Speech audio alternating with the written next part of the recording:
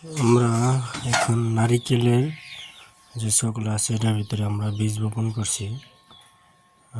অনেক সময় যদি আমরা সরাসরি বীজ আমরা যাহার লাগাই তখন দেখা যায় অনেক দানা মিস করে। তো আমরা এক্ষেত্রে নতুন একটা পদ্ধতি, এটা আমরা নারিকেলের যেই শোগুলো আছে ওটার ভিতরে আমরা 3 দিন পর্যন্ত দানাটা রাখছি। তো কীভাবে রাখছি এটা পরবর্তীতে ভিডিওতে দেখাবো। তো আমরা দেখাবো যে আজকে 3 দিন পরে এটার ভিতরে দানাটা কি আপনার গ্যাস আসছে কিনা ওটা আজকে দেখাবো।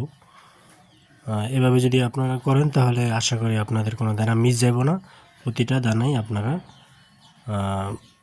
যারা গজাবে। ঠিক আছে, তো আমরা একটু দেখি এদিকে। প্রথমে এই দুটা খুলছে, এটা খুলে নিয়ে এখনও এই যে দেখেন প্রত্যেকটা দানা আমাদের দেখেন এই যে মাথা ফেটে গেছে। তো এখন আমরা যদি এই দানাগুলো যদি লাগাই, এটা হচ্ছে হাইব্রিড আপনার লাউয়ের দানা, মুখ ফেটে গেছে। এখন যদি আমরা লাগাই তাহলে আশা করি আমাদের এই দানাগুলো মিস যাবে না, প্রত্যেকটা দানাই জ্বালাবে। ঠিক আছে, আর এই যে এটা আমরা এখনও খুলিনি, এটা খুলবো।